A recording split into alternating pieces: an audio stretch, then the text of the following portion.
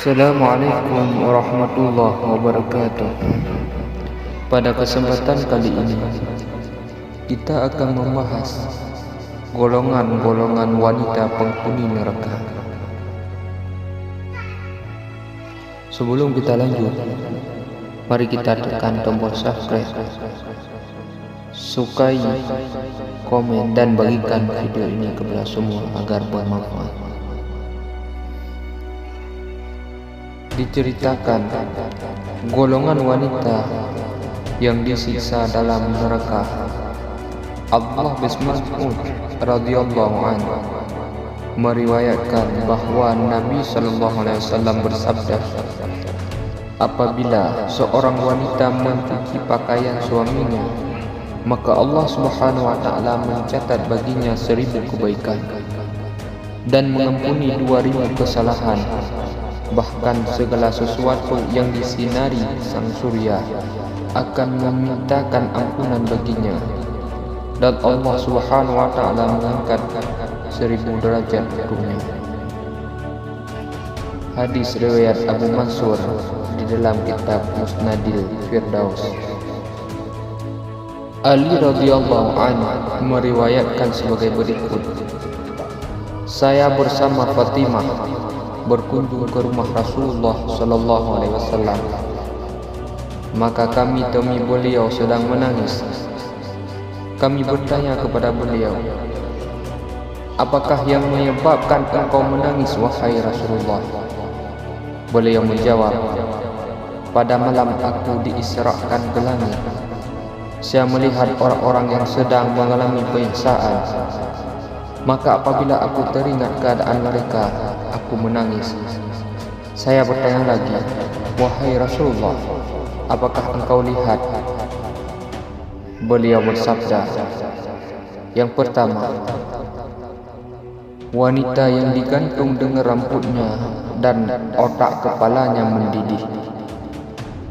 Yang kedua, wanita yang digantung dengan lidahnya serta tangan dicopot dari punggungnya.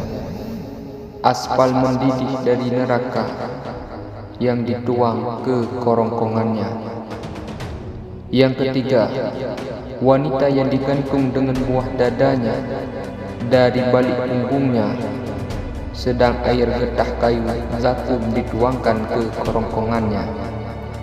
4. Wanita yang digantung diikat kedua kakinya dan tangannya ke arah ubun-ubun kepalanya serta dibelit dan di bawah kekuasaan ular dan kalajengking. Yang kelima, wanita yang memakan badannya sendiri serta di bawahnya tampak api yang berkobar-kobar dengan hebatnya. Yang keenam, wanita yang memotong badannya sendiri dengan gunting dari neraka. Yang ketujuh, wanita yang bermuka hitam serta dia makan usus-ususnya sendiri. Yang kedelapan, wanita yang tuli, buta dan bisu di dalam peti neraka, sedang darahnya mengalir dari lubang-lubang badannya, hidung, telinga, mulut, dan badannya membusuk akibat penyakit kulit dan lepra. Yang kesembilan, wanita yang berkepala seperti kepala babi dan berbadan himar atau keledai yang mendapat berjuta macam siksaan. Yang kesepuluh, wanita yang berbentuk anjing sedangkan beberapa ular dan kalajengking masuk melalui duburnya atau mulutnya dan keluar melalui duburnya, sedangkan malaikat-malaikat sama-sama memukuli kepalanya dengan palu dari api neraka. Maka berdirilah Fatimah seraya berkata, wahai ayahku, biji mata kesayanganku, ceritakanlah kepadaku, apakah amal perbuatan wanita-wanita itu?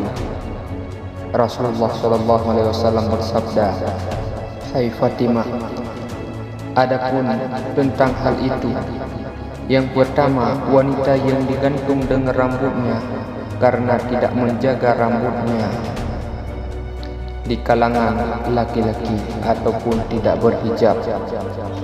Yang kedua, wanita yang digantung dengan lidahnya karena dia menyakiti hati suaminya dengan kata-katanya.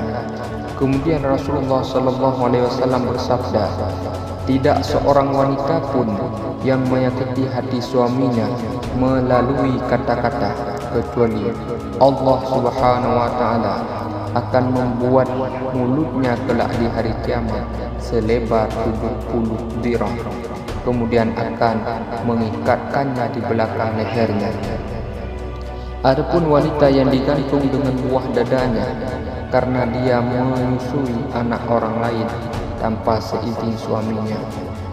Yang keempat, adapun wanita yang diikat dengan kaki dan tangannya itu karena dia keluar rumah tanpa seizin suaminya, tidak mandi junub dari haid dan dari nifas atau keluar darah setelah melahirkan. Yang kelima, adapun wanita yang memakan badannya sendiri karena dia bersolek untuk dilihat laki-laki lain serta suka membicarakan aib orang lain. Yang keenam, adapun wanita yang memotong-motong badannya sendiri dengan gunting dari neraka, dia suka menonjolkan diri, ingin terkenal di kalangan orang banyak dengan maksud supaya mereka atau orang banyak itu melihat perhiasannya, dan setiap orang yang melihatnya jatuh cinta padanya karena melihat perhiasannya. Yang ketujuh, adapun wanita yang diikat kedua kaki dan tangannya sampai ke ubun-ubunnya dan dibelit oleh ular dan kalajengking karena dia mampu untuk mengerjakan solat dan puasa, sedangkan dia tidak mau berwudu dan tidak solat dan tidak mau mandi junub. Yang kedelapan, adapun wanita yang kepalanya seperti kepala babi dan badannya seperti keledai atau himar karena dia suka mengadu domba serta berdusta. Yang kesembilan, adapun wanita yang berbentuk seperti anjing karena dia ahli fitnah serta suka marah-marah pada suaminya. Dalam sebuah hadis Rasulullah SAW bersabda, 4 jenis wanita yang berada di surga dan 4 jenis wanita yang berada di neraka. Dan beliau menyebutnya di antara 4 jenis perempuan yang berada di surga adalah: yang pertama, perempuan yang menjaga dirinya dari berbuat haram, lagi berbakti kepada Allah dan suaminya. Yang kedua, perempuan yang banyak keturunannya, lagi penyabar serta menerima dengan senang hati dengan keadaan yang serba kekurangan dalam kehidupan bersama suaminya. Yang ketiga, perempuan yang bersifat pemalu, dan jika suaminya pergi, maka ia menjaga dirinya dan harta suaminya. Dan jika suaminya datang, ia mengekang mulutnya dari perkataan yang tidak layak kepadanya. Yang keempat, perempuan yang ditinggal mati oleh suaminya dan ia mempunyai anak-anak yang masih kecil, lalu ia mengekang dirinya hanya untuk mengurusi anak-anaknya dan mendidik mereka serta memperlakukannya dengan baik kepada mereka, dan tidak bersedia kawin karena khawatir anak-anaknya akan tersia-sia atau terlantar. Kemudian Rasulullah SAW bersabda, dan adapun 4 jenis wanita yang berada di neraka adalah perempuan yang jelek atau jahat mulutnya terhadap suaminya. Jika suaminya pergi, maka ia tidak menjaga dirinya, dan jika suaminya datang, ia memakinya atau memarahinya. Yang kedua, perempuan yang memaksa suaminya untuk memberi apa yang tidak mampu. Yang ketiga, perempuan yang tidak menutupi dirinya dari kaum laki-laki dan keluar dari rumahnya dengan menampakkan perhiasannya dan memperlihatkan kecantikannya untuk menarik perhatian kaum laki-laki. Yang keempat, perempuan yang tidak mempunyai tujuan hidup kecuali makan, minum, dan tidur, dan ia tidak senang berbakti kepada Allah dan Rasul juga suaminya. Oleh karena itu, seorang perempuan yang bersifat dengan sifat-sifat 4 ini, maka ia dilaknat termasuk ahli neraka, kecuali jika ia bertaubat.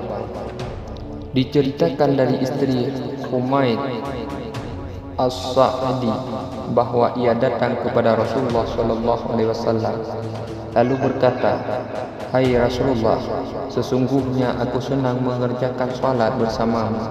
Beliau berkata, "Aku mengerti bahwa engkau senang mengerjakan salat bersamaku. Akan tetapi salatmu di tempat tidurmu itu lebih baik daripada salatmu di kamarmu, dan salatmu di kamarmu lebih baik daripada salatmu di rumahmu, dan salatmu di rumahmu lebih baik daripada salatmu di masjidku." Bagi laki-laki sangat dituntut sembahyang berjamaah di masjid. Rasulullah sallallahu alaihi wasallam bersabda, "Sesungguhnya yang lebih disukai salatnya perempuan oleh Allah ialah yang dilakukan pada tempat yang amat gelap di rumahnya." Diceritakan dari Aisyah radhiyallahu anha, pada suatu ketika Rasulullah sallallahu alaihi wasallam duduk di masjid. Tiba-tiba masuklah seorang perempuan dari suku Udayyinah yang memakai pakaian yang terseret-seret di tanah untuk perhiasan pada dirinya di dalam masjid. Maka Rasulullah sallallahu alaihi wasallam bersabda, "Wahai manusia, laranglah istri-istrimu dari memakai perhiasan dan memperindahkan gaya berjalan di dalam masjid, karena sesungguhnya kaum Bani Israel itu tidak dilaknat hingga mereka memberi pakaian-pakaian istrinya mereka dengan pakaian perhiasan, dan mereka berjalan dengan gaya sombong di dalam masjid." Ibnu Abbas radhiyallahu anhu meriwayatkan juga bahwa Rasulullah sallallahu alaihi wasallam bersabda, "Apabila seorang wanita keluar rumahnya dengan mempersolek dirinya serta memakai bau-bauan, sedang suaminya rela akan berbuat yang demikian itu, maka dibangunkan untuk suaminya pada setiap langkahnya sebuah rumah di neraka." Sabda Rasulullah sallallahu alaihi wasallam lagi yang bermaksud jihad seorang wanita ialah taatkan suami dan menghiaskan diri untuknya. Istri tidak wajib taat perintah dan arahan suami apabila perintah dan arahan itu bertentangan dengan hukum Allah Subhanahu wa taala. Imam Ghazali menegaskan, seorang istri wajib mentaati suaminya sepenuhnya dan memenuhi segala tuntunan suami dari dirinya, sekira-kiranya tuntunan itu tidak mengandung maksiat. Sekian nasihat, semoga bermanfaat bagi kita semua. Assalamualaikum warahmatullahi wabarakatuh.